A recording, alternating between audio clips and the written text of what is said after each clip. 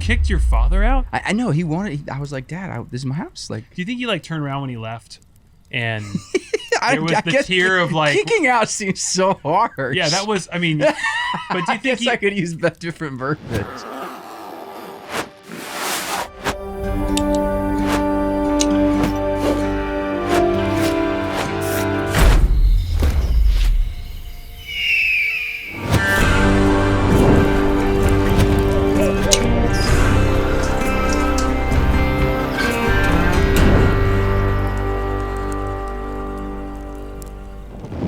Kick those tires and start that fake fire? It's time to go camping. Today we welcome a singer, a songwriter, a producer, a man whose work has been seen by over 5 billion times on the internet, and yet he remains a mystery. But not for long, because he has joined us at the fire here. Please welcome the best looking guy in this bus right now, Mr. Tyler Ward. Hey, I'll clap for myself. That's right, not a lot of clapping. There's 3 people in the bus. That's right. I know, my producer's very offended that he didn't pull that. He's a good looking dude though. I know, man. You know, it is an honor to be number 3 among you two, you know? So it's great. I'm the oldest one here in the bus too, so I can be like the seasoned salt and pepper guy. So, well, thanks for joining me by the fire, man. Yeah. Have you ever camped in a bus before? Never. Oh, I've camped by a fire in a bus before. Really? Yeah.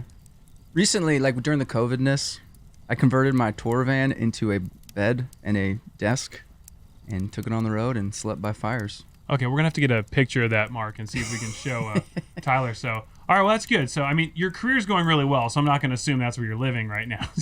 No, I'm not living in a bus anymore. Okay, we'll see how we do. Okay. Know? Okay. So, we always have to start by talking about camping and wilderness because that is what brings us together. Now, did you grow up in Colorado? I did grow up in Colorado. Okay, you grew up in Colorado. That seems to be like a camping, mecca, Yes. ground zero. So, what's your relationship with nature growing up? My relationship with nature is I went to the mountains maybe once a year. Wait, you grew up in Colorado Yes. and you went once a year? I grew up in the suburbs of Colorado. My dad was a football coach, and he was like, let's go to practice. Okay, not even like family camping trips or... Crazy. So I've done the whole like let's go back to the childhood thing, figure that out. Thinking back, we went on like maybe one family vacation, but it was to visit my family in Houston. So no. Oh man, this is the most depressing Colorado. I know, I thought you were man. gonna tell me you sat on, what do they call them? Is it 5Kers or what's the peaks? Yep. You're the wrong guy. You're the wrong guy. I think to they're ask me. 14,000 feet high. Is what they're So I guess I'm starting to draw. You really cut out a lot of segments here. We're gonna quickly be able to figure out why you were in the basement recording songs You're gonna quickly figure that out. and not yeah. out hiking nature, etc. Okay. Do you Yeah. appreciate it now? I love nature. Yeah. Okay. I find myself connected. Get away. Go to the farm sometimes. There's a guy I met. He's 75 years old. He's a friend of mine, and he's like, "You can have access to my farm." I'm like, "Awesome!" So I'll drive my little bus, sit there, and just stare at the stars, do meditation, just take in the peace and quiet. Dang. Okay. Yeah. So I should mention we are currently parked outside a rec center in Middle Tennessee right now. We are. So we are not actually camping for real. I know that joke's never going to get old. But I always love saying where we're actually Can you broadcasting from. So we are, outside a rec center near Tyler's place. So you were in Colorado, and then how did you find your way to Los Angeles? So I graduated college actually, which is awesome. Hey, congrats, man. And before that, so my dad's like, I'll give you 2 years to live in my basement, and I'll pay for everything but your cell phone bill and your gas. And I was like, awesome. But then you'll have to get yourself a real job and move out. I'm kicking you out basically. And I was like, cool. You can do what you love to do for 2 years. I was like, okay. So I loved guitar. I love playing music. I felt if I could record a bunch of people, I could learn to be a producer or some sort of, I don't know, in the industry somehow because I love music so much. So I had a bunch of neighborhood friends. I recorded them as practice, and I threw a few videos up online, did a few cover songs, played a few bar gigs. And How old were you when this was going on? This is probably 24, 25. 24. Okay, so you did high school. You started Colorado, did high school. Did you play for your? I guess it would have been like 23, 24. Yeah. Was your dad the football coach of your high school? He was a football. He moved me around to 3 different high schools and was my football coach 3 different times. What? And in elementary school and in junior high. Was he getting promoted constantly? No, he just wanted me to. He wanted me to be the best. He wanted me the best opportunity to get a free education. Okay. So he wanted me to get a scholarship as an athlete. Okay. Yeah. All right. So you played football. You were fullback. I was a fullback. Okay. Kind of a halfback fullback combo. Halfback, fullback. Okay. 230 pounds, big boy. Big boy. Okay. Big boy. I want to see. So were you kind of the? If I had met you in high school, were you cool? I mean, having played football. Yeah, I think I had a personality that was warm. I was never invited to the cool kids parties because my dad was a principal as well. Dude, your dad's a high school football coach. Yeah. Your dad, and a principal. Yeah, assistant. Actually, he was the dean, so like he did all of the like discipline. So like I was the kid who like wanted to be at the parties but knew I couldn't go. I got invited to a high school party one year, and man, I went and it was so fun. But then I had to get out early so I didn't get caught. You know what I mean? Man, it was. I look back and I'm like, man, maybe that's why I partied so hard in college. Man, that's crazy. Yeah. There's a whole nother show where we could be on a couch dissecting, Oh, yeah. psychologically what that yeah, would be I mean, like. Yeah. So, how's your relationship with authority figures? Yeah, I rebelled. Saw Okay. God as an insane person. So some kids rebel, Yeah. and they leave home. You fled to the basement. Now, there's so many layers to the story. I know we're at a campsite, so That's why you gotta speak away, man. I'll keep it brief. But The rec center's open for a few more hours. senior year of college, my parents divorced, and I was like, thank goodness. So I saw like family as like a burden. My mom moved to Texas, and my dad literally was alone, and he was working, and I was like, I guess I'll be the mediator between my parents. There's a lot of heaviness there, and my escape was creating. So in the basement, I spent hours and hours, and because of the discipline of football, I mean, I went to the Air Force Academy as well. So there was like a military bone in there where it was just like, you do it, you don't think about it, you just get it done. And so I took that disciplined nature and implemented it into my music. I'd spend 8 or 9 hours just recording, getting it done. Saw a lot of my musician friends just get real lazy. They'd write a song and wouldn't record it for like weeks. And I'd write a song and record it that night and finish the mix in the morning and release it. So it was like one of those things where it's just exponential.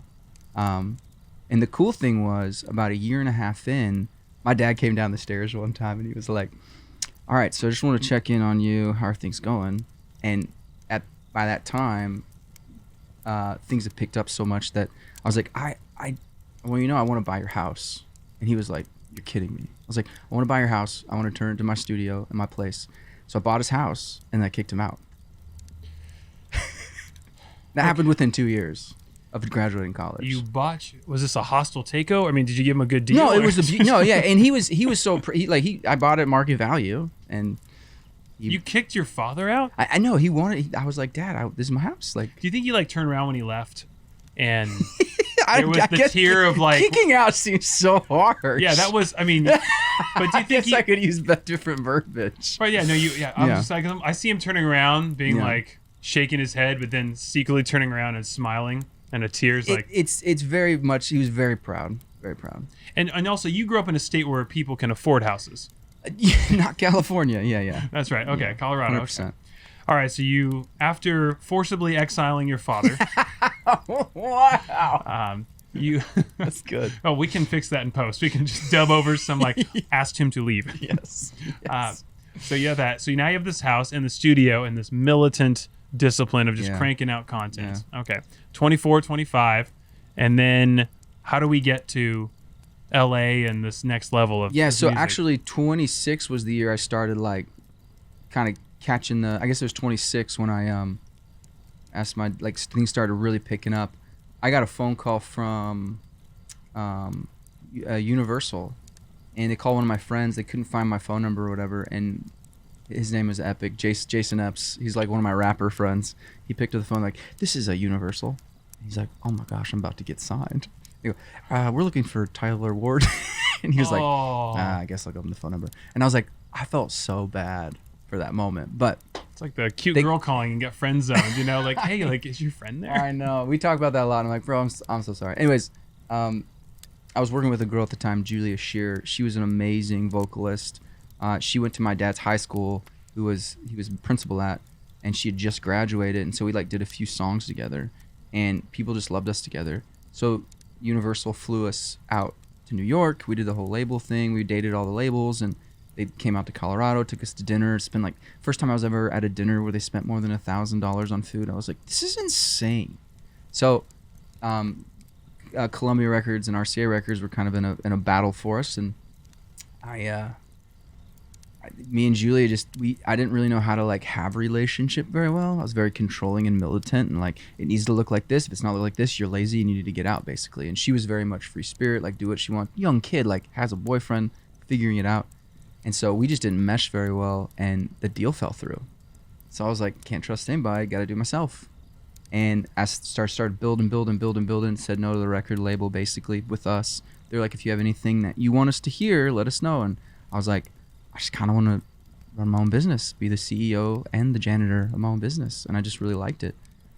So I started recording and mixing and releasing all this stuff. And I remember playing a show the beginning of 2010 or 2011, around that time.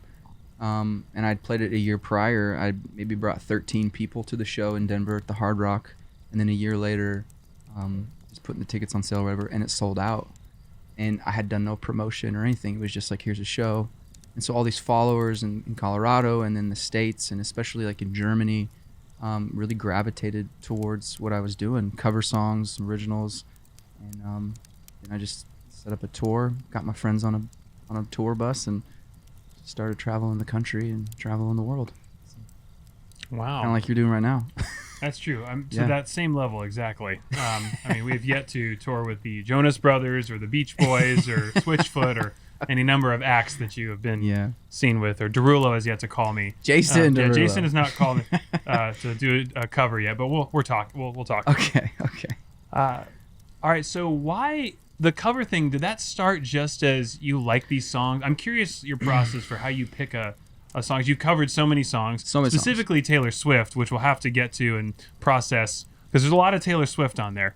And I'm like, is that just because you're such a huge fan? We can. So a lot of people think this is all just, oh, you like music and you're putting this out. And there's a few people who know the business model really, really well. And it's me and a handful of other different, very successful, what you would consider cover artists. One initially being Boyce Avenue. And they kind of started the process before I even knew what they were doing. I saw them one time in college and was like, I think I can do something like this.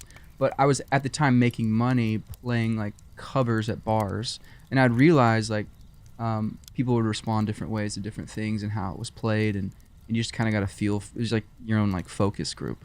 And so I'd get tipped more if certain songs were played a certain way, or if I slowed it down, it would work this way, but it wouldn't work with this one. So there was just a kind of an understanding for 2 or 3 years.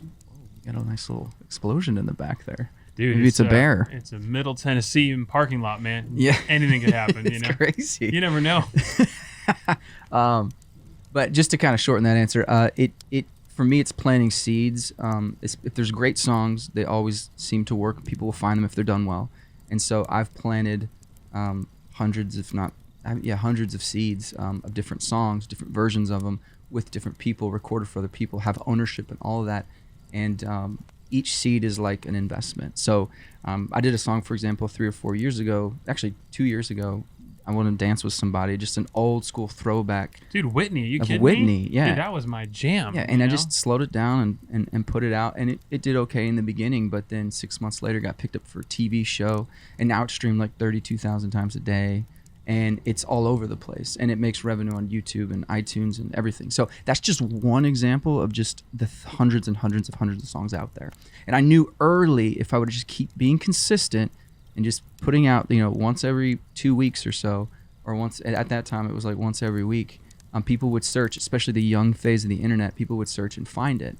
And to talk about the Taylor Swift thing, I loved her. I wanted to meet her. I had a crush on her. And I was just like, Taylor Swift, so I'll do a bunch of her songs. But little did I know, at the same time, there was a law in Germany called GEMA, and it stopped all of Taylor Swift's music from coming out the day it was released in the United States. It took a whole nother year for it to come over there. But my cover when they would search for it, they'd find Tyler Ward instead of Taylor Swift. So the U.S., I do like 200, 300 cap rooms. But I'd go over to Germany and play 1,500, 2,000 seat venues, and they all be sold out because they were searching for Taylor Swift and found Tyler Ward. So I owe her. She's like part of the reason I was like successful in Germany. Okay, so have you met Taylor? I did, yeah. Okay, so you did meet her, and what was that like when you finally met and you were able to credit her with your success? Did you also kick her out of your house? Seriously, I handed her a CD. Did you buy her house?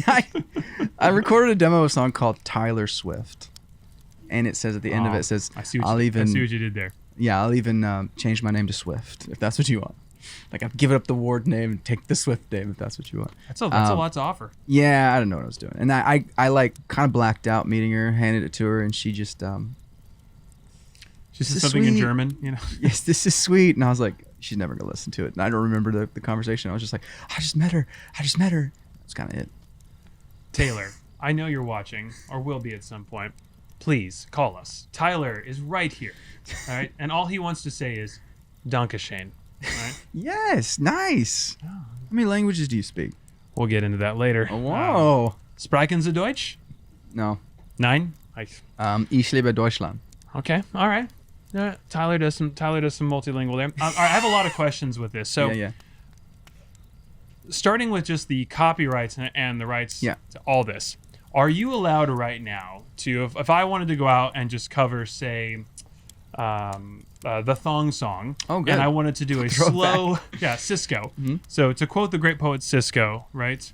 Ooh, that dress so scandalous, right? Were I to take that and take an acoustic, a bongo drum, and just start doing a little medley to that, does that constitute such a change in it that because you mentioned owning that, how does that process work? So whoever wrote the song, Thong Song, which hypothetically, or I would say is probably not Cisco. Probably not. A handful of different songwriters. I mean, it took a lot of people to create that masterpiece. It took a lot of people to create that masterpiece. He might be one of the writers, though. Say 4 or 5 writers wrote that song. I can do a cover of that song, as long as I pay the royalties to the songwriters. I own the master recording. So whatever I've done, whatever recorded, whatever mixed, whatever I put out, Tyler Ward Music owns that piece of property. Okay, so for those who are new to the music industry, is this camping, by the way? That's very camping, right? Very campy. Is that a Pokeball? It's a Colorado hat. Oh, looks like a Pokeball. There goes my Colorado knowledge. I've camped as much in Colorado as you have. It's so real. But in music, right? So in music, there are 2 pieces of the intellectual pie, will you? There is the master recording, so it is that event. The event of recording the song belongs to Tyler Ward. So this beautiful, slow, reverent acoustic bongo drum rendition of the Thong Song belongs to Tyler Ward. Yet the songwriters who composed the original song will get paid, and they will still own the publishing rights. Yes, 100%. Got it. And that would be for any recording of even the original Thong Song that everybody blasts at their parties in 2020. That's right. And so no one can stop us right now. Like I should have had you bring your guitar. No, because it is a campfire. We could have sung, whatever. Okay, so no one can stop you from recording their songs. No one can stop you as long as the original song is published. Okay. Yeah. So the world truly is your oyster. The world is my oyster. Now, that wasn't always the case before we started this whole movement. It was you had to wait at least 30 days. Now, I started covering the song. So I got sued often. But my team talked to all the publishers directly and individually and got permission to release the songs because they knew that they were going to get revenue from each of them within days after the original was recorded. So when you first started this, though, you would just do it, post it. And... I had no idea about anything. Right. So when you got hit with your first lawsuit, what was that like? Really, really scary because it was actually Sony who was like, you're infringing on our rights. And I was like, what's a right? And what's infringing? And then, you become your own, like, so you gotta, I actually, here in Nashville, I found a lawyer who helped me kind of walk through all that stuff. My distributor, we basically partnered together and started to understand the complexities of the law, and we just went to each publisher and told them what we were doing, and they granted us rights, and they changed basically that law from 30 days to as long as you record it and you're paying these specific artists, we're good with it. So does that then take the legs out from Sony when they're suing you when you get permission then? We walk through that process with them to figure out what was okay, because this whole new generation of people recording covers and then seeing revenue, substantial revenue, Sony was going to benefit. Was it a lawsuit or was it a cease and desist? It was okay. It wasn't a lawsuit as much as it was like, hey, yeah, cease and desist. Okay. Yeah. All right, just make sure, because I want to make sure, Sony, we still would like you to sponsor us. So just make sure. Yeah, it's a cease and desist basically. All right. Wow, that's really interesting. Yeah. So you have all these master recordings of all these covers of all these songs for Tyler Ward Music, and remind me. So that law in Germany you mentioned, GEMA. What is GEMA? They were just like very restrictive of what comes in the country and what doesn't come in the country. And this was like right when digital was such a questionable thing. You had, basically it just didn't allow specific. Let me back that up real quick.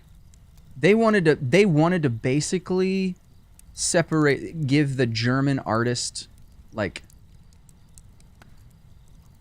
I don't even know how to say it. It just feels so controlling. It's almost like the Berlin Wall that existed. It's like we want our artists to thrive, not the U.S. artists to thrive. So they were actually restricting the movement of U.S. music into the country. 100%. And then eventually they would, like Taylor Swift would release her record, and a year later it would come out in Germany. Oh, so was it an artificial delay in the release of music to give presumably domestic artists a chance to... It was domestic artists, but it was also like the strategy that has always existed in the record label, like the record business. It was an old model. It was like, we're going to release in the U.S., and when it performs well here, we'll go to this market, we'll go to this market, we'll go to this market. And that just changed completely when YouTube and the whole thing just... Wow. Well, we're going to take your song and everybody's going to stream it now. So when streaming became a thing, now it's like, we'll just do one release day. So you found a loophole and were able to infiltrate. It was an accident, yeah. You were able to infiltrate the German music market. Yeah. Under the guise of a Taylor Swift song. Crazy. Like right place, right time. Didn't ask for it. It's kind of happened. I can't believe you two didn't have sit down and have a discussion about like geopolitical considerations for the work in the area. I know. And she lives in Nashville, right? She's all over the place. Yeah. Well, I think y'all need to meet. We need to do a camping trip with Taylor Swift. That would be amazing. I'm just gonna start. What I'm gonna do is I'm gonna go. I went camping with Tyler Swift and just see if that helps our SEO. That's good. That's good. All right, we're working on that. All right. So, when did things start to really blow up for you? Because you're making this music, etc., and then you saw this model, and you figure it out. Now you preemptively just welcome the cease and desist, but you go to publishers ahead of time. When did things really break big for you, though? For me, it happened probably. I signed one of the most unique record deals with a label in Germany, where they had the rights. It was a licensing deal in Germany and in France, and then they gave me the rights to the rest of the world. So we did a launch date worldwide, but they had basically control of those two markets, which was awesome. So they did a lot of promo. I got an advance to make my record. I got to work with a guy who did the Switchfoot record, and co-produced that thing with a good buddy of mine, Joey Barba, who's just fantastic. And so that was huge to do a record deal, but also have it on my own terms. Yeah. And I was like, this is such a unique thing. And that was 2013.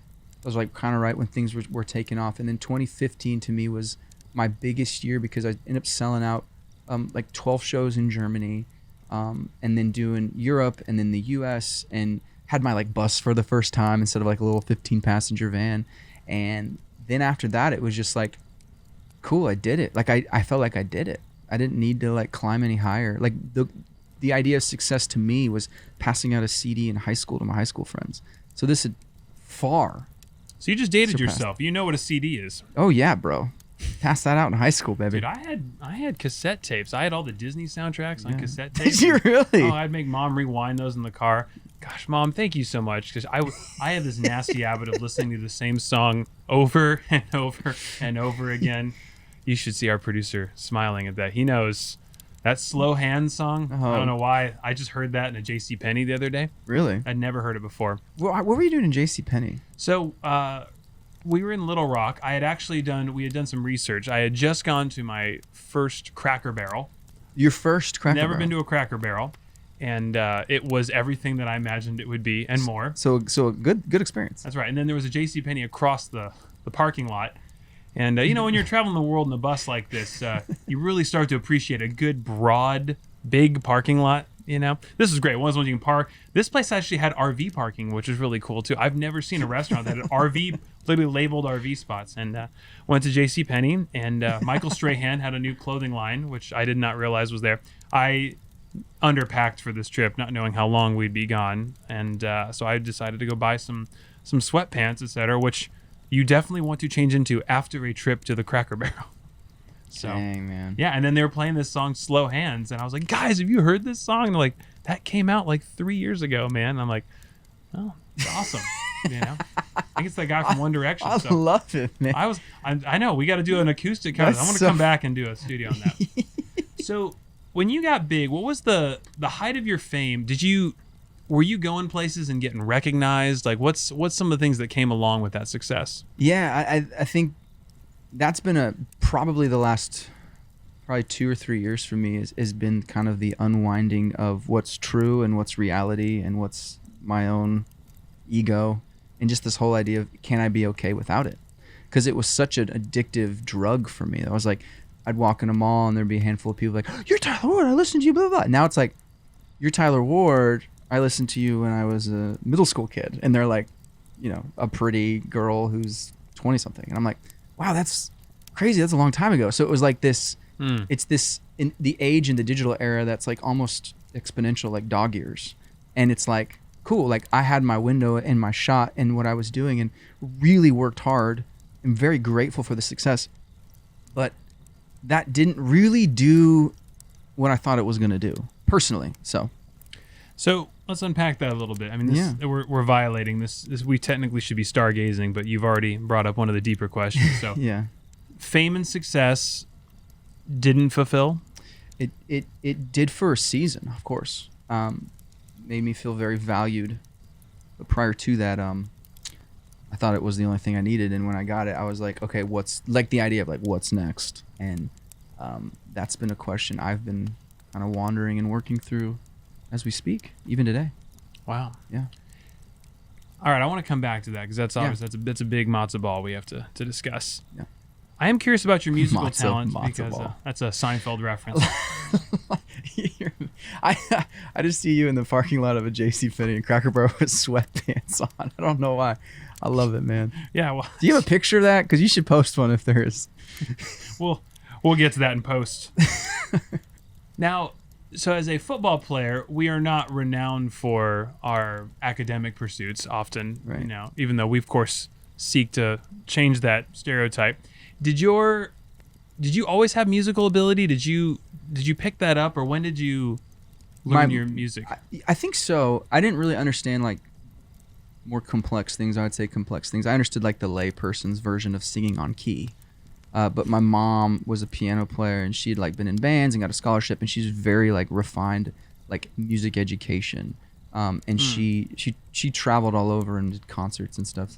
My dad can't clap in time, so he was the sports guy. My mom was the music woman, and I was always intimidated by her playing, so I never like got involved because I was like, I'm never gonna be as good as mom.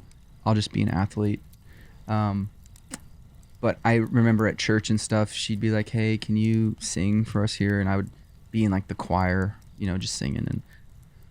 But I remember like in high school, I tried to join choir just to see what it was all about. And I was sitting in the bass section just singing the melody. And all of a sudden this guy went to a different note and it sounded really cool. And I was like, what are you doing? You're singing off. And he's like, no, man, this is the bass part. And I was like, there's a bass part? And I was like, whoa, there's different parts when you sing, like there's harmonies, like this whole idea like came to life, and I was like, oh, that's so fascinating. So that's kind of my beginning of trying to understand music, was kind of in high school. How many other members of the backfield were in choir? None. So you were the fullback. I was the fullback. Yeah, that's cool. That's a Renaissance man. Yeah, I was trying. It's all for the ladies, man. It's all for the ladies. So did people say, "Oh man, you have a beautiful voice," or? Yes and no. Yeah, they're like, we like what you're doing, because I started picking up the guitar. There was a senior who like, I don't know, I was just fascinated by the idea of guitar, and I was like, man, and like it was funny because he was playing like the Dave Matthews Band stuff, and I was like, what is Dave Matthews Band? And then I like looked at it and listened to it, and I was like, oh, this guy's amazing at guitar. So I'd pick up like and try to learn some old school Dave Matthews stuff, and I don't know, I was just fascinated by guitar, so I picked it up, started the singing thing, and So how old were you? You think? When you...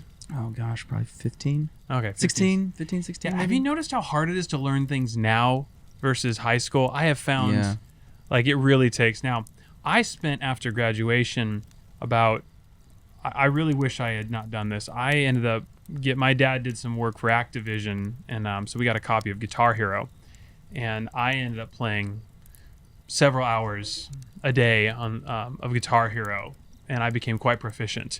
Had I channeled that number of hours into an actual musical instrument, you might be interviewing me, and I would be the owner of thousands of cover songs. Thousands of covers. So instead, no, I'm not gonna do that. So I would love to learn an instrument. It's so tough when you get older. I feel like those neural pathways are closed, and I don't know of many people who have become super proficient in musical instruments starting in their 30s. Do you? No, I don't. All right, wrong answer. Sorry, man. So my dream of us collabing on a. You could do a Congo beat, though, I'm sure. Okay, so you have to promise me we're gonna come back we'll do campfire songs. Yes. And you bring out your guitar, and maybe we can harmonize. Okay. You know? Yeah. No. So are you? Do you do tenor, or what's your? Yeah, now I'm like a tenor. I'm a guess it's baritone, so we could we make could do something happen. some. Yeah. Make something happen. All right, that's very cool. Let's see if there's anything else I want to get to before we get to your s'mores. Oh, Jilly, this one's for you. Do you know what your most successful by views video is? I think it's a cover of a Maroon 5 song. Payphone. Payphone, yeah, with a friend of mine, That's Katie right. McAllister. Yeah, That's right. that was fun. Good job. You know that. Do you know Yeah. what the second one is? No idea. Me either. I forgot to write it down. Okay, cool. Cool. For people who are aspiring YouTubers, and obviously the industry is constantly going through these changing. rebirths. Yeah. What is your wisdom for those considering getting into the YouTube game right now? I think it's knowing yourself, picking one thing you're really good at, and being consistent. Those three things. Okay. Real simple. And what has led to your decision to do less YouTube right now? My whole idea was I want to work really, really, really, really hard in my 20s and then figure out life in my 30s. And so I did that. And now I'm like, what was the point? And now I'm asking all the other questions I think a lot of people ask probably when they're early 20s, mid 20s, when they don't have a career or when they're trying to figure out who they are and what they want to do. I figured out, like, this is working. I better run with this as fast as possible.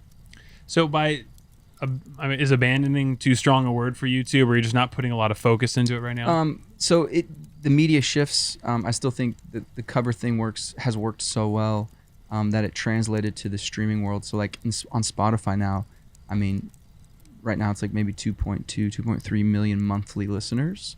And so that's like 6 or 7 million streams a month just on the Spotify platform. Wow. So all that kind of transferred over, and it's created like a sustainable business model. Totally. So you're basically all in on the digital streaming game? Yeah. That's great. We have some friends who are just crushing it in that game. That's fantastic. Cool. I'll sign up, and that'll give you your, extra Couple cents here and there. Yeah, a fraction of a fraction. Yeah. So yeah, we have these friends who are doing this campsite podcast where they travel around in a bus. Yeah, for I've heard YouTube. about them. Yeah, for YouTube. I've heard So I about don't know if you have any advice for them. Hey man, I'll give you as much love as I can on my Ghost Town YouTube. That's right. You hear that, Mark? We're gonna get covered big time on this YouTube. You get so much love. No, you can do a cover song about it. I went on a bus. Yeah, I went on a bus. Wheels on the Bus. With Taking it Ryan way back. by Tyler Swift. Yes. I love it, man. Searchable these days, huh? Do you think people can still make a good living on YouTube? Yes. I think it's a lot harder. A lot harder. Yeah. I think it takes all different platforms and Yeah. creativity like you guys are doing. I think this is so unique. So I would say if you're consistent with this, I think this is going to work. And the people that you're talking to, like, it's amazing. Present company included, of course, right? Oh, come on. I know, right? kidding. No, trust me. When we release actually, that'll be a new promo. We can release special songs about each guest, and we can hire Yeah. Tyler Ward and do covers. There you go, man. Sing about people who haven't even been on the show yet. Like Chris Pratt, obviously, we'd love to go camping with Chris Pratt. That'd be so fun. We should do a cover For by Chris Mouse Rat. That would be so funny. That would. That would be so funny. We'll come back to that. Yeah. All right. Well, we've come to that oh so poignant moment in any camping trip when we take a deep, daring glance into the innermost being, the fiber of our souls, mind you. Tyler Ward, who has covered thousands of songs and thus, one might say, stolen a life force from these artists, has a unique perspective to draw from all these thousands of stolen souls to create his own my God. perfect s'more. Tyler Ward, Yeah. what is your perfect s'more?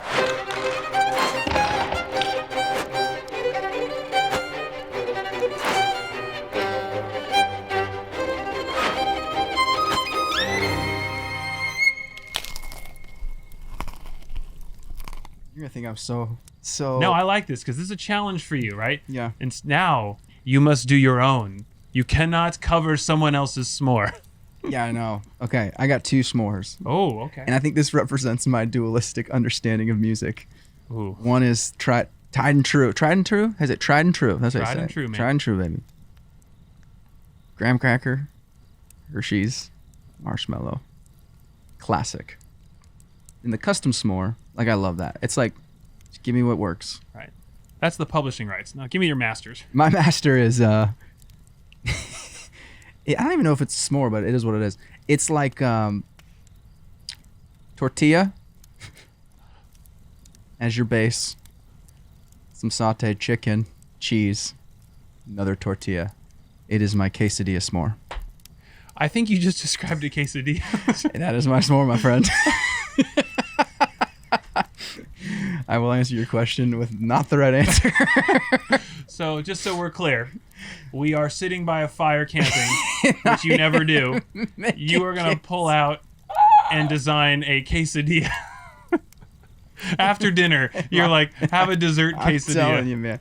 I literally, at this point, I was camping in my little van this a few months ago, and I was with some friends, and they were like, have you ever done a s'more? I was like, yeah, I've done a s'more, and I just stick the I was gonna call it a mushroom. That's how good I am at this. A marshmallow in the flame. And Yeah, it just that's a real special camping trip. It just catches on fire, and then I pull it out. And I'm like, and they're like, do you realize what a good s'more is? And I was like, no. And so they're like, it takes time, and you got to build it. And it's got to grow. And I'm like, oh, like things in life. And then I took my time, maybe 3 or 4 minutes on that marshmallow, and I was like, I really like this. So I had my first real s'more probably 2 months ago. So that's why I would stay with just the traditional s'more. Well, you did mention quesadillas, and I am headed to Mojo's after this. Yes, So- my man. Oh, My man. Oh, man. My record there is 5 tacos. You done 5? Oh, yeah. That's great. Oh, yeah. Mark knows.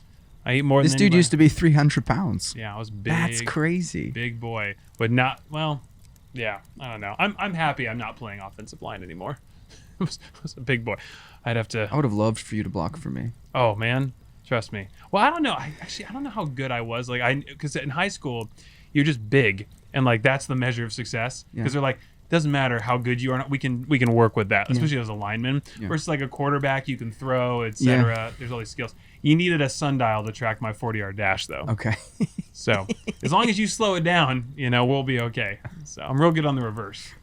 We've already mentioned something deeply frightening, which is the absence of new growth on Tyler's YouTube page.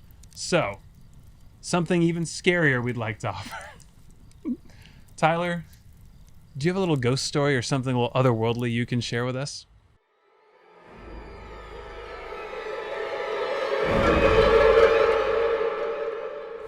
Look, the last thing you need is for another ad to tell you how awesome a product is. LAIRD Superfood Organic Peruvian Coffee. You don't need to hear how smooth it is.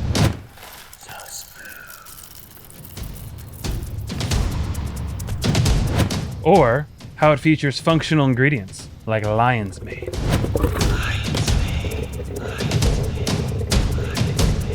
And I would never presume that my words could sway you into purchasing this most delicious brew.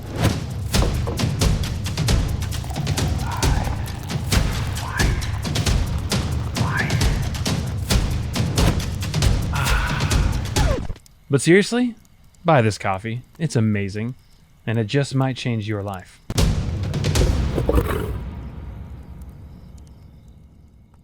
I don't know if this is otherworldly, but when you asked me, you asked me to prep something, And I couldn't think of any sort of ghost stories except like the spiritual world, which. Hey man, dude, we're camping right now. I was watching TV one night, a TV show. I fell asleep, and I don't really want to say what it was because that's too controversial. But it was just a normal classic TV show that I feel like brought in the spirit in a way. Anyways, an evil spirit, and I fell asleep, and I went to bed and I turned my lights off with Alexa. Alexa, turn the lights off. And I had a dog at the time. I was in the loft, an old building from the 1800s. And it was at 3 a.m. I always wake up at 3 a.m., whether it's to pray or whether it's like something's going on in my spirit. And I just like 3 a.m. is that time. And so I'll wake up at 3 a.m. sometimes, some nights when I'm not settled. So this time I like woke up at 3 a.m. and there's nothing off. I was like, what's going on? My dog starts barking, goes to the door across the way and just starts. And I was like, this is crazy. And I was like, Alexa, turn on the lights. She goes, turning on the lights. And nothing worked. And I was like, Alexa, turn on the lights. Turning on lights. And nothing worked. And I was like, there's something. You get those chills and you're just like, there's something there. It's crazy. And again, this building was remodeled after an old factory that was built in the 1800s, and it has like slave labor and the whole thing. And underneath it's like catacombs. It's really fascinating. So I just started praying. And I was like, whatever's in here, you get out of here. And the name of Jesus, you get out of here, and walked around and started praying. And dog calmed down. I asked Alexa to turn the lights on. The lights turned back on. And I remember that moment. I was like, there's something going on here. There's some spirit that entered. And that happened 2 or 3 times in that space. And I knew if something didn't respond at that time, there's something coming after me. Now, the craziest thing is that morning, my mom called and she's like, hey, I woke up at 3. Well, 2 her time. I just felt like the Lord was telling me to pray for you. And I was like, this is so weird. And I was going through some stuff at the time. And every time my mom calls me, I had a counselor call me too. She's like, hey, I'm praying for you, okay? And so I was just like, yeah. And I was like, this is crazy. This is like kind of a real unseen world that's kind of coming after me. And I was like, after that moment, I was like, well, prayer's powerful. Yeah. Now we have to ask, did that really happen to you? Yeah, it did. Wow. It did. Oh my gosh. Man. Yeah. You'd be like, Alexa, exorcise this demon. Yeah, I know, man. So basically you did a little Amazon Prime same day deliverance, you know? Yes. So, wow. Yeah. Man. Yeah. You know, this is so funny. I mean, we've been on this trip now in Nashville for a couple weeks now. You're like the 4th person who has told us they get up at 3 a.m. and pray. It's one of those things where, I tend to be inherently deeply skeptical of anything. I just don't 100%. believe I'm been hanging around in LA and Southern California, entertainment industry, buy anything. But it's the sheer number of people who have reported waking up at 3 o'clock. Like there's something there. There's something about that. And even culture, I think that is historically what is viewed in the Christian tradition is the witching or the watching hour. Like there's some spiritual significance about it. But I've heard this from like 4 or 5 people in the last 2 weeks, and I go, they're not all crazy. You seem to be of sound mind, and I just go, I mean, you'd play football with me, so we may be, we might be a little off kooky. there. But that is so interesting, man. That's I don't think anyone's crazy for that. I hear so many stories about that, and it's interesting you mentioned TV. We literally were talking with someone last week, and he made the case that there was a show, and that his friend who deals with sort of some spiritual stuff said that if you watch shows, you can open up the door to things in your house. And I went, wow. Now I only watch like old school sitcoms, so I think I'm covered. But this is fascinating too, because it's like I know intrinsically what they're going for, but it's masked with an agenda that I'm just like, I was just watching it out of sheer curiosity and fell asleep and was like, it's wild, man. It's wild what speaks to you. So was it DuckTales? It was not DuckTales. Because I know Scrooge. Darkwing Duck. Darkwing Duck. Let's get dangerous. Yes. The best, since we are on music though, the best theme song, my favorite was Chippendale Rescue Rangers. Do you remember that? You can't even say Chippendale these days, man. You get in trouble. That's right. Yes, I know Rescue Rangers. Yeah, totally. Oh man, that was Made. Yeah, after that story, it's crazy. Okay, so you have we'll call it a relationship with something spiritual. Would you call yourself a Christian, just someone who believes in God? What's what's that look like for you? For me, there's nothing more important than understanding who our Creator is, and I think that comes in the form physically as like the person of Jesus Christ, just as an example. But I think God is communicating with all of us in a different way, and very specifically for His purpose. So yeah, Okay. very much so. The other thing is I'm really excited about during this time of transition and figuring out who I am. I'm in getting my master's in theology. Oh, really? Yeah, at Where? Denver Seminary online. All right, so you're getting a master's in theology. Yeah. Okay, so you're really interested in. Okay, that would be a stretch. I want to get my master's in theology. I'm testing it out for a certificate, but honestly, whatever I feel like is the next step. But Did you grow up in a faith-filled household? I did, quote unquote, faith-filled household. My parents love the Lord, in a way that like didn't make sense to me. Yeah. All right, so you've been open about this on your on your music and your social. I really appreciate how vulnerable you've been with a lot of stuff, but Yeah. and a lot of you're such an upbeat and optimistic person, and yet you've had quite a bit of trauma, and it sounds like you had some really interesting family dynamics. Very much so, like confusing, and it's taken a long time to unpack. But there's an interesting arc to this story. There's a redemptive piece, I would say. Excellent usage of the redemptive word. I love it. Yes. So tell us about it. Yeah. My mom was a 10-year alcoholic. I would taste her Diet Coke and be like, I hate Diet Coke, because I didn't realize it was filled with vodka when I was like a kid. I was like, I hate this stuff. So I didn't really know the taste of Diet Coke. So it did you a favor, actually. You're like, I hate soda. Yeah, and my mom was also a worship leader at our church, and my dad and her were married, and they had some of their own stuff where I saw marriage as almost like I'm working through this too currently, as a death sentence instead of something life-giving. And so when they did divorce, I was like, finally, like, you guys divorced, this is great. Most people would feel trauma by that. I was actually felt pretty free and excited for both my mom and my dad. And so with that dynamic existing, you get really confused on who your father is and what the spiritual dynamic of a family is supposed to look like. So I saw the commands of Jesus or these ideas of God as oppression to my fun, to like, you're supposed to do this because you just want to obey. And it's like, Christians don't have any fun, and they're all chained up basically. And the most free people are those who get to do whatever they want. So my idea was, I don't know, it was just this, let me put on my show, my shine, like I'll go to church. I even played bass in the church. But I always felt like a spiritual, like, calling from God in a way, like he was with me, but I just chose to be like, I feel like, and I read Ecclesiastes a lot, and so Solomon, who tested the world in ways of like money and women and power, and he came to the end of his life and realized that that wasn't sustainable. And when I started reading that, I was like, this is me, but I really need to know for myself. So I worked hard, made as much money as possible, had as many girlfriends as possible, did tried to soak up the world in a way of like, know me, I'll show you my good side. And everything that was ever like true about me, I felt was hidden. And like my secret thoughts were hidden, and my shame was hidden, and I didn't want anybody to know about it. I didn't know how to talk about it. I didn't even know that was driving every decision, like the fear and the anxiety. But I saw my parents hide everything, like their infidelity and the alcohol. It was like they would say one thing and do another thing. There's a song I have about my dad, and it says, there's a lyric on there, do what I say, not what I do. And did you forget to say, son, I love you? Because it's like he even hid those things. It was like, I'll praise you when you score a touchdown, and I forget who you are when you're not doing something significant. So that was my understanding of who I was. So I've been a performer my whole life. I've had to like understand I'm okay not performing, and that's been a whole process. Still in the middle of that.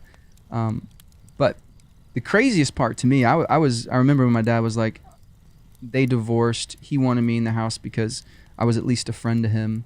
He could talk to somebody. And I remember like it was like a year and a half in, he came down the steps with a dislocated shoulder and a black eye. And I was like, Dad, what? He's like, I got him. I was like, what? He's like, I tackled him, your mom's boyfriend. Did you know your mom was? I knew about it. I just didn't want to like even think about it. It was one of those things where I was like, I'll compartmentalize and put it over here. Let my mom do her own thing. I refused to talk to my mom for 2 years. Wow.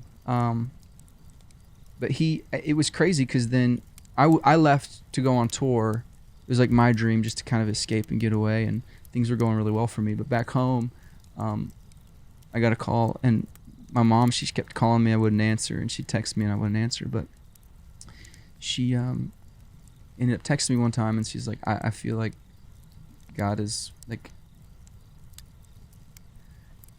telling me that I need to marry Tom, and Tom is my dad, and she's like, I need to start dating him again. I feel like I've learned who I am through this whole process, and this is not what I want. And I've always wanted to experience my 20s, but she was in her 50s. And so they started dating each other again, and they dated for a year, and he was real skeptical, and they worked through a lot of things. And then a year later, when I was on the road, they got remarried. So they were divorced for 5 years and then remarried, and I refused to go to their wedding. And so that was a whole process of just trying to unpack and learn to trust her again and learn to trust him. And I had to go through my own therapy and counseling, mad at my dad for 2 years, and then got some stuff out. Where do they stand now? They're married. They're married still, and I am friends with my dad. It's crazy, and I'm really close with my mom. And granted, there's things that we don't agree on, but I respect and see redemption as real. And I always thought, once you mess up, you've messed up, and that stays with you forever. Wow. So basically, that's an amazing story, man. And, Yeah. and would you say that it sounds like if something that toxic can get reconciled, then pretty much it was bad, anything's bro. possible.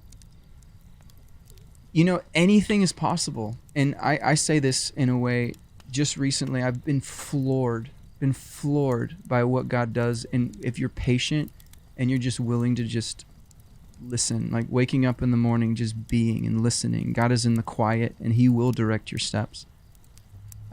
Just even example, I was dating a girl in Los Angeles, very serious for 2 years. She followed me out to Nashville, and I just knew I needed to spend a year and a half just solo, alone. Like, who am I outside of a relationship? And I'm telling, even just literally like 3 days ago, or about a week ago, I felt God was telling me at 3 a.m, like, check in on this girl. And I checked in on her, and I went through Instagram, and I was like, I feel like I know who she should be dating. And I have this friend who I've gotten to know throughout the last year who's just an amazing man, like amazing guy. And he's like perfect for her. And I was like, this is so weird. I haven't talked to this girl forever, but I feel like they need to meet.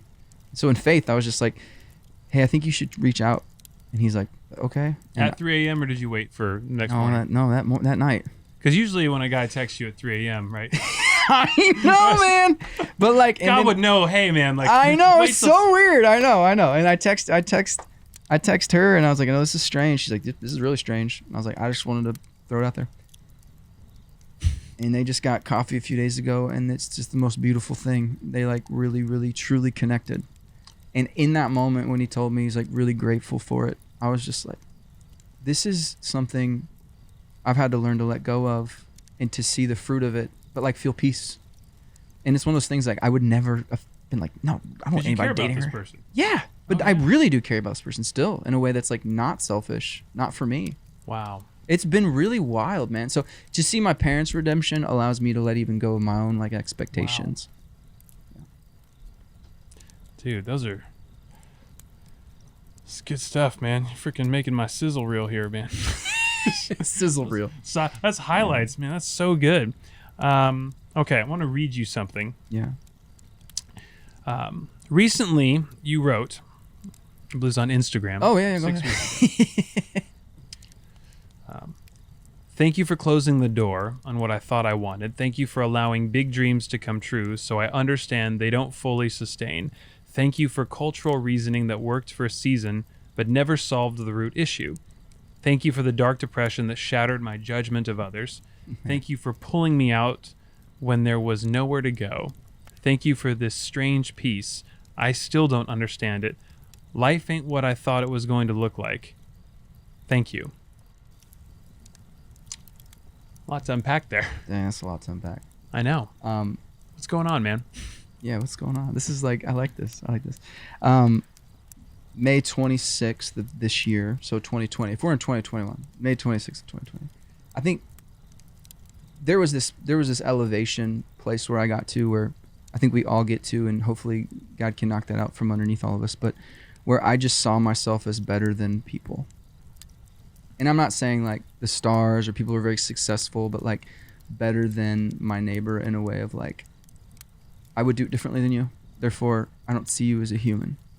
It's this weird, and that sounds really harsh because I would be really respectful and kind, but I know internally there was just always competing in comparison. Always. May 26th of this year, I was in counseling, and something broke in me so deeply that I was diagnosed with some stuff, and they wanted to submit me to a 6-month ward of so I don't self-harm, because I was so at a place where I was like, death seems so much more solvable than life. And I was never that person. I was always like, you just work hard, get through it. Like, don't worry about it, get through it. I was driving in my car, it was raining, I pull over, I'm with my assistant, and I'm just like, dude, I'm just slumped. I was like, I don't know what to do, man. I just remember getting out of my car, leaving the door open. I was like, I don't know what to do. Started running, and it was in the parking lot, probably of the Cracker Barrel you were in, but just running around, man. And I was just in the rain, and I was just like, I don't know what's going on. Like, it was so heavy. And it lasted probably a month and a half, and I would go through counseling, and I got on medication, and the medication didn't work. And it was just, it was so crazy, because I used to see the guy on the corner as like, I'll just give him a buck, like, good way for me. But then I saw the guy in the corner, and I was like, I know what you're feeling when you're searching, like the depth of like pain I can finally have empathy towards. And there's just this embracing of humanity that I didn't know existed. And so there was just this break of like everything that I thought was going to bring me some sort of resolve, although beautiful gifts, are not the point. It's just not the point. And it's like people and relationships and these conversations and the people you see that you interact with, and even the people on the left and the right, and disagreements, like we're all made in the image of God, all of us. And that's so hard to see in this culture. And I think it just broke me. And I didn't want that. I would never wish that mentality on any of my worst enemies. But like, we're so resilient as humans, and like I had to go through, I went to a place called On-Site just to get some help and kind of unpack some of this stuff and my beliefs. But people are like, just change, do better, just change, do better. And like, no one can change unless they understand why they believe what they believe. So until you can like understand your belief and what is driving you, nothing in your world will shift, no matter how much discipline you have. So that's why I believe God transforms, because he can change your beliefs versus we can change our own beliefs. I don't know if any of that makes sense. No, so it's, I mean, you mentioned being I'm actually a big fan of Ecclesiastes too. That was such a practical, sobering book. But yeah. Did you reach that sort of Solomon point where you were looking out, going, everything is meaningless, it's sort of chasing after the wind? That you had, because he even talks about how he had every single thing, he'd built everything, he'd labored, and he said, it's just, what's the point? Because it's all going to go to someone else right after me. And I believe he concludes that book by saying, to enjoy one's work under the sun, that's the gift from God, and to rejoice in the creator of your youth before the dark days. This is the sum of teaching. So I've always wondered, like, did he come back around at the end? But sounds like you have this really deep connection with Ecclesiastes and Solomon. And I think he actually ends it with fear God and obey his commands. Yeah. And that to me is such a beautiful thing. Love your neighbor, or love God and love your neighbor, but like, even more specifically, like how to love people. There in those moments where I ask, like, where have I not forgiven, or where am I holding resentment? And there are a lot of names that come to mind that has been very pressing, that I've had to write down and go to for forgiveness and just conversation and rebuilding, even though we're not going to agree on a lot of things, but just like, hey, I see you and I love you. You're so much more than the ideas of what we put out there. So there's a different compassion towards humanity. I used to go to churches to judge churches. Now I go to churches to like love with people. It's like it's such a different way to see the world. And I used to make music to make money, and now it's like it's such a gift because we are supposed to enjoy our work, but that's not even the point. Like when I made, like, I literally thought the first $1 million I made would be like satiating. Like, I've done it. Especially in a no income tax state here. Or actually, you were in LA probably, right? So you didn't actually see LA. Well, I was actually really smart too, because I made my residence in Nashville, and I didn't spend 180 days in LA. Franchise tax board, no. Statute of limitations. I paid my taxes in LA. I swear to you. Oh man, it's too much. There's some tax savings to. I'm looking at Nashville and I go, yeah. Oh man. Yeah. Come to Nashville. That's like, Lord, more to tithe. Yeah, really, or more to bless others. That's right. So I don't know, man. It's just when I made that, I was like, cool. Now what? Like, what's next? And I was just so grateful. I remember before I even made that too. Like, there's this prayer of like, don't give me what I can't give away. Don't give me what I can't give away. And he tested me early on when I was living with my roommates of like making $200 a month, and I had to pay like $150 to live in a living room with my bandmates. So I had like $50 for like food and whatever. And he was like, you need to sponsor a kid. And I was just like, I don't believe in this. This is like before I like knew the voice. I was like, I don't know. But I was like, something tells me I need to do this. And so it was just like a release. And the minute I started releasing, it was like this, the first song hit. And I was like, oh, there's a possibility to like work. And I'm not saying that's the magical thing, and it's not give to get ever. It's just being able to let go and not be the point allows you to just like flourish in ways you never thought possible. And so I've been able to let go of a lot of stuff as it's come in, and I pray the minute I like become like a reservoir, like, don't use me, but you can be a river. Yeah. Let it flow. Before we go into our final gratitude lightning round, I'm feeling all the feels, man. No, thank you. Thank you for listening, by the way. No, thank you for sharing. This is thank you for listening. Beautiful. This is why we sit by this fake campfire, so we can hear these stories. I love the fake campfire. That's right, man. I should just, worst case, I could just make this a cathartic, counseling session for folks, right? Come on in, get some stuff off your chest. No right? kidding, man. And show it to millions of people. You've been working on a collection of songs. Yes. Quarantine, so like you found something to do. That's good. I definitely did. Yeah. Found something to do. All right, so tell us about that. It's called Songs from Nashville, and actually, it's just a collection of songs that I've written here in Nashville throughout the last probably 2 years. So I put a bunch of them out, but there's a handful more that are going to come on, and it's just a compilation, and it'll be on my Spotify and Apple Music and the whole thing. So very cool, man. Pretty simple. One of those songs will be about today, right? One of the songs will be about Chris Pratt. Mouse rat, dude. Mouse rat. Like, we'll talk offline about that. Yeah. All right, now you have the distinction of being actually our first unmarried guest. So yes. We don't actually get to ask you about your wisdom for how to make a lasting marriage work. I need all that I can get from So we'll that. show you can rewatch Yes. some of the tapes there. But yeah. As an unmarried man, I'm curious, what are you looking for as far as, do you want to get married eventually? Yeah, I would love to. Okay, so you want to do family, and obviously writing cover songs. How can you not have kids? Because that's a great dad skill, right? It's a great You want to create the family band, right? Start those kids young. Yeah.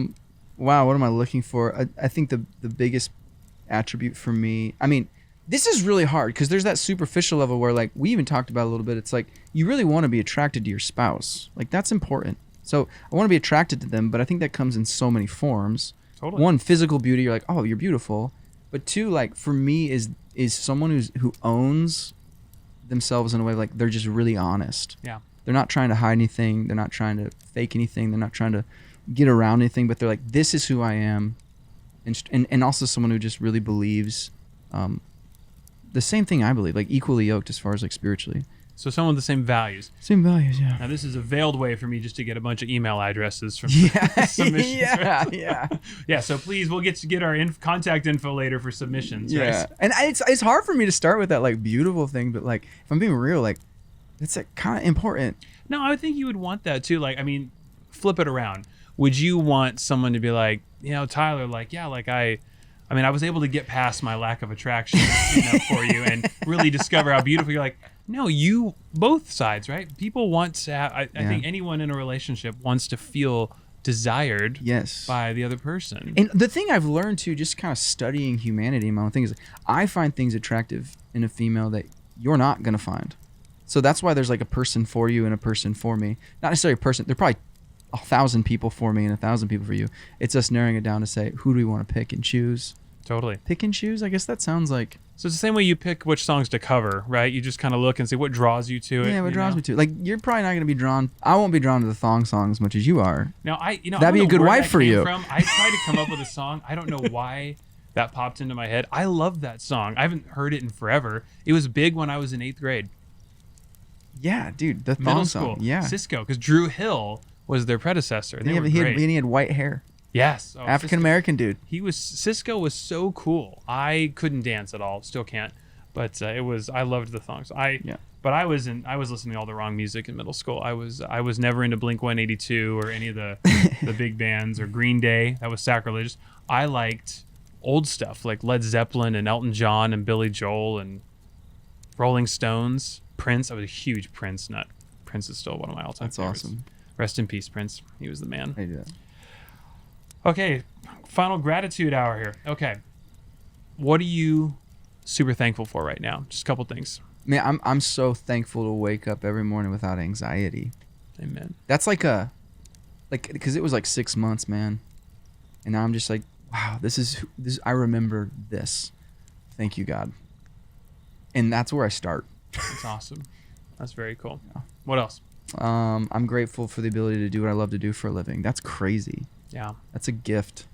And I'm thankful to be able to create, to be able to bring community together, to just honest community together. I really want people to understand who they are, without, you can make things up with people. People aren't honest. So just to draw honesty out is so valuable to me. So to create environments of that, I love that. I'm thankful for that. Very cool. Yeah. What's a perfect Saturday? Perfect Saturday. Sleep until 9, Okay. which I love. Watching a good college game. Mm. Having breakfast with friends probably while I'm watching the college game. Is Air Force your team? No, Air Force is not my team. I actually don't have a college team. I got a lot of pro teams. I respect college teams, but USC is probably your favorite, right? USC. If you guys can be Alabama at some point, that'd be amazing. I do want to go camping with Nick Saban. Yeah, that's a program. It blows my mind. Oh, is there any debate that him and Belichick are the best coaches? I mean, my mom went to the University of Florida, so I can't believe I just said that. But I'm so sorry. All right. So Saturday breakfast, watching a game. jog, a great couple conversations, and end it with maybe just a good night with friends. You know, dancing, a little thong song. Who do you? Bongo version. Ooh, that dress so scandalous. Oh, that's good. Yeah, that's good. And you know I can't handle this. Sorry. You have to pay the songwriters now. That's right. No, 15 seconds. We're not even, right? I don't even know, man. I just fair know that. usage, right? There fair you go. usage. You're good. Anything can hide under fair usage. Who do you owe big time that you probably could never repay? And I'm going to exclude because parents, we know. My mom always says, I brought you into this world and I can take you out. But who do you owe big time, man? There's two names that come to mind. One is a guy named Ted Klontz. He's a 75-year-old dude who walked me through some of my darkest stuff. And I love that guy. Secondly is my friend Jacob, who's my assistant actually, and he also was with me in that season. He just a good dude, man. He's a guy of integrity. And then a third guy, I love Judah Smith and his character and nature and who he is. I've always admired him. And being under his leadership for a while was really inspiring. That's awesome. So. That's very cool. Yeah. Well, we normally close with the question of what would you say to your spouse that you don't say enough. Is there someone important in your life that needs to hear something that you have not said or don't say enough? I don't say enough I love yous out of fear because I like don't want to give away my I love yous because I feel like it's meant for like one thing, and I feel like if I give it away, it's almost like giving away your virginity. You can never get it back. But I feel like wow, we have another section to go. But then that's a whole like idea that's been warped in my head. So I think I need to tell people I'm closest to that I love them today, and I'll be reminded of that. Well, Tyler Ward, thank you for camping. This was so amazing. I really appreciate your vulnerability, your openness, and I promise to never send you a cease and desist.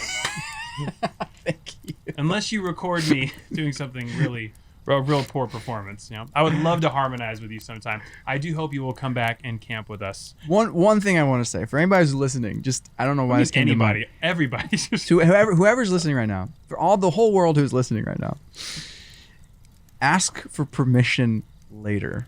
Act first. Ask for permission later. That's all I want to say. I love it. Right, easier to ask for forgiveness, right? Redemption's a real thing. That's right. All right. How many Yelp stars would you give this interview? I loved it. Isn't it fun? What is it? 5 out of 5? Is that a thing? Yeah. So 4.5 probably. Well, like any good cover artist, we've covered a lot of ground today. So thank you, Tyler Ward, for camping with us. We'll see you next time. Cool. Do-do-do, do-do-do. Sports Center.